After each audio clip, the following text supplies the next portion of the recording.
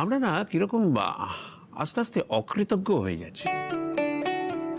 কেন অকৃতজ্ঞ হয়ে যাচ্ছি কেন? না দেখ, আমার বন্ধু নীলকণ্ঠ আমাদের জন্য কি না করেছে।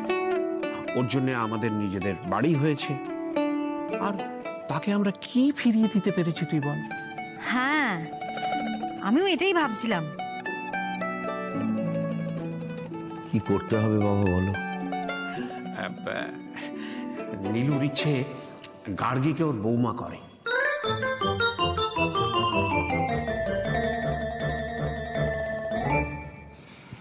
ও মা, তাই নাকি বাবা? এ তো খুবই ভালো খবর। কি গো, তোমার কি মত? বর্দি, সত্য? এসো এসো। ও ভাইরা ভাই তুমি এসে গেছো? হ্যাঁ, ভালোই হয়েছে, তোমার সাথেই আমার দরকারটা। বলছিলাম যে আহির স্যার এই বাড়ির জন্য তোমাদের জন্য তো অনেক কিছু করেছেন, তা তোমাদেরও তো উচিত যে আহির স্যারকে কিছু একটা গিফট করা।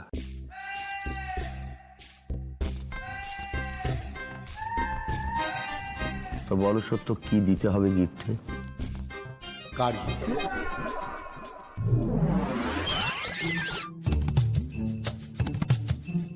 ওই আহির স্যার গার্গী ম্যাডামকে বিয়ে করতে চান, তোমাকে ব্যবস্থা করে দিতে হবে। তুমি বললে গার্গী ম্যাডাম না করতে পারবেন না। না না না না, সত্য এটা হয় না। কেন হয় না মেসোমশাই? না, আমরা গার্গী সম্বন্ধ ঠিক করে ফেলেছি। আমার বন্ধু নীলকণ্ঠ উকিলের ছেলের সঙ্গে বিয়ে হবে। না মেসোমশাই, এটা তো মানতে পারলাম না। গার্গী ম্যাডামের যদি বিয়ে হয় তাহলে আহির স্যারের সঙ্গেই হবে, কেননা আহির স্যার গার্গী ম্যাডামকে অনেক আগে থেকে বুকিং করে রেখেছে। অন্য কারোর সঙ্গে তো বিয়ে হবে না। গার্গী চাকরি ছেড়ে দিয়ে দিল্লি চলে যাচ্ছে।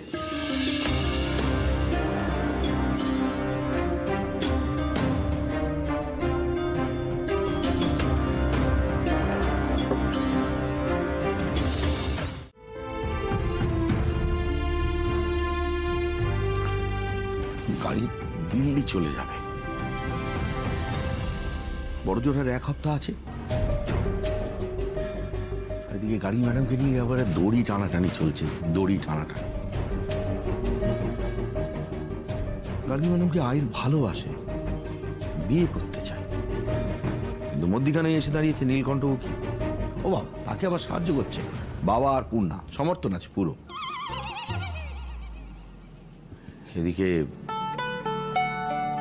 অনির্বাণের চলে যাওয়ার কথাটা গার্গী ম্যাডামের মনে এখনো দগদগে হয়ে রয়েছে। এই সময় কি তাকে বিয়ের কথা বলাটা ঠিক হবে? মনের মধ্যে এত প্রশ্ন থাকলে উত্তর কি করে খুঁজবে ভগবান দাস?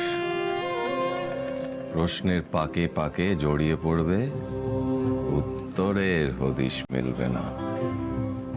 আমরা সবাই চাই গার্গী ম্যাডাম একটা ভালো জীবন সঙ্গী পাক, ভালো সংসার পাক, একটা ভালো পরিবার হোক, কিন্তু সেই ব্যাপারে গার্গী ম্যাডামের মতামতই কিন্তু শেষ কথা। উনি যদি রাজি থাকেন তাহলে আমরা এগোবো, যদি রাজি না থাকে তাহলে সব শেষ। তোমাকে একটা কথা বলবো? হ্যাঁ বলো। সামনের রবিবার বাড়িতে একটা খাওয়া দাওয়ার ব্যবস্থা করা হোক। সেখানে নীলকণ্ঠবাবু আর গার্গী, ওদের দুজনকেই নিমন্ত্রণ করা হবে। গার্গীকে সামনে থেকে বোঝালে ভালো হয়। ওকে না বোঝাতে হবে যে আমরা কিন্তু ওর ভালোই চাইছি। দূরে চলে গেলে ওটা একেবারে একা হয়ে যাবে, আর আমরা সেটা কিছুতেই হতে দিতে পারি না। সেটাই করো। আমি গার্গী ম্যাডামকে আগামী রোববার আসতে বলছি। তুলে আনলাম তো, ও চার্জশিট তো রেডি হয়ে গেছে। তাহলে কোর্টে আমরা পেশ করে দিই পরশু দিনের মধ্যে। করে দিন। হ্যাঁ। ও স্যার, যে জন্য এখন আমি এখানে এসেছি, মানে যেটা বলতে, বলুন। স্যার সবকিছু রেডি। ভাইরা ভাইয়ের বাড়িতে আপনার রোববার দিন নিমন্ত্রণ। কিসের নিমন্ত্রণ? মেয়ে দেখান। গার্গী ম্যাডাম কোথাও সাথে নিমন্ত্রণ করা হয়েছে। যা হাওয়া বইছে না, সেদিনকেই সব ফাইনাল হয়ে যাবে। কিন্তু ভগবান বাবু বা বৌদি আমায় তো কিছু বলেননি। সংকোচ স্যার, সংকোচ? ওরা তো জানে যে আমি উৎকোচ নি, তাই আমার কোনো সংকোচ নেই। তাই আমাকে আপনার কাছে বলতে পাঠিয়েছি। সেদিন যদি না যান তাহলে কিন্তু সবকিছু মিস হয়ে যাবে। তাহলে সত্যবাবু, আপনি আমাকে একটা কথা বলুন তো, আমি যে কাজটা করতে যাচ্ছি সেটা কি ঠিক আছে? এই রবিবার আমি যাব। ওকে স্যার, তাহলে আমি এখন আসছি। কেন? এই তো এলেন, আবার কোথায় যাবেন? আরে আপনারই কাজে যাবো।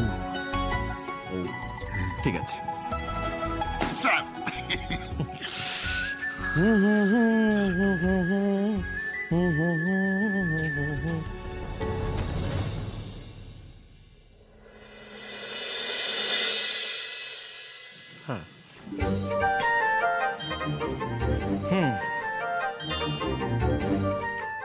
শোনো, এই রোববার বিকালে তোমাকে ছুটি নিতে হবে। কেন?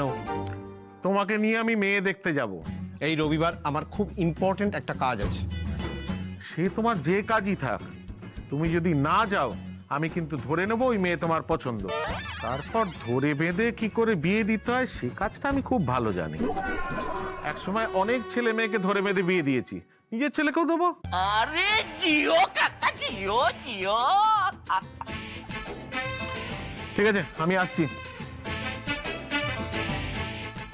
এরকম বাবাকে আপনার মাথায় করে রাখা উচিত।